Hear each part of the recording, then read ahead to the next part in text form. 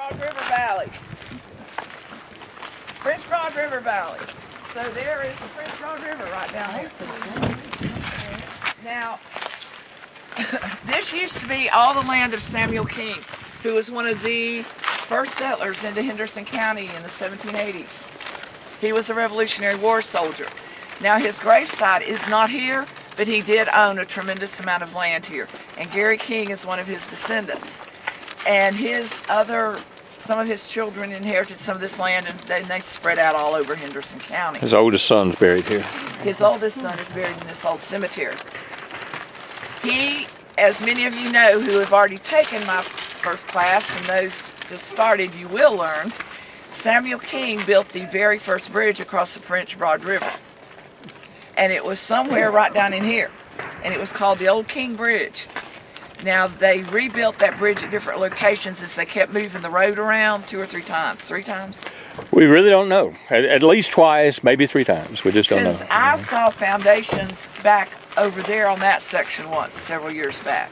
But then Gary says there's foundations over there near where the, quote, new French Broad Baptist Church is. On Grandview. On Grandview Lane, which we're going to circle around so you get a sense of that.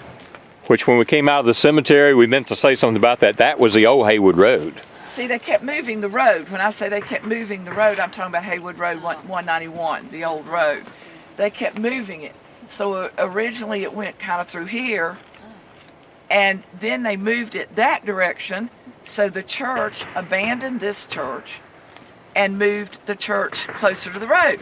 See, they kept moving the church closer to the road.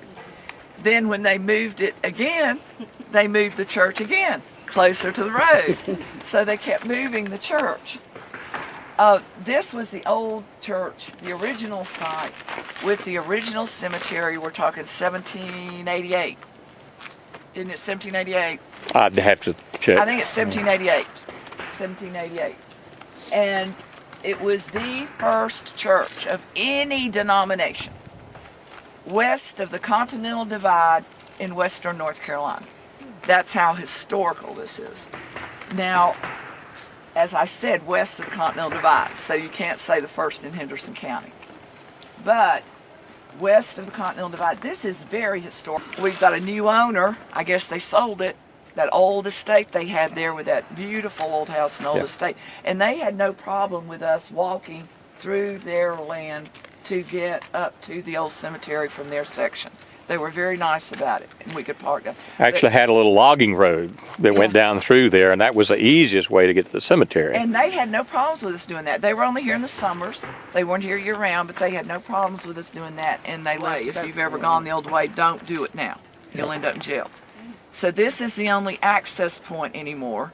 The county has talked to this developer. He knows we're using it as an access point. The county does come and check on it periodically, but we do not understand. But you may, if any of you want to, how long do you think it'd take them? It's right up there, isn't it, Gary? Yeah, it'd take about 10 minutes to walk up there. It is a bit of a, it's steep. Uphill. It's not real steep, but I mean, if you've got a heart condition, you might want to reconsider. But I'll go slow. If you want to go, I'll be glad. It really is I believe the oldest cemetery, right, in Henderson, or is it? No. It's not the oldest in Henderson? No. It's one of the oldest for sure. No. But it is very old. So I don't know when the oldest grave in there. We don't know for sure because a lot of them are old fieldstones. Right. But Andrew Miller, the Revolutionary War soldier, is buried there with a DAR marker. Lee King, who married Grady, so it's Lee Grady on the tombstone. Leah, Leah. She is buried there, and she is the mother of the Grady that founded Grady's Hospital in Atlanta, Georgia. Henry Woodfin Grady, great famous orator, editor of the Atlanta paper. And their house is directly across on the other side of the river over there, still standing. So there are some very influential, significant people buried there, not only for the history of Rutherford and Henderson counties, but all of western North Carolina. But even their descendants, some of their kids became very, very famous later on. So it's really a shame that we can't get up there. And of course, it's not just Kings and their descendants, it's Millers and their descendants, and it's other families that went to that old French Broad Baptist church.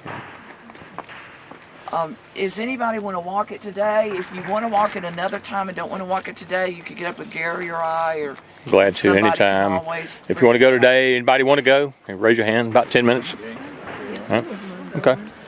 And the rest of us will just wait down here in warm cars. All right, let's go.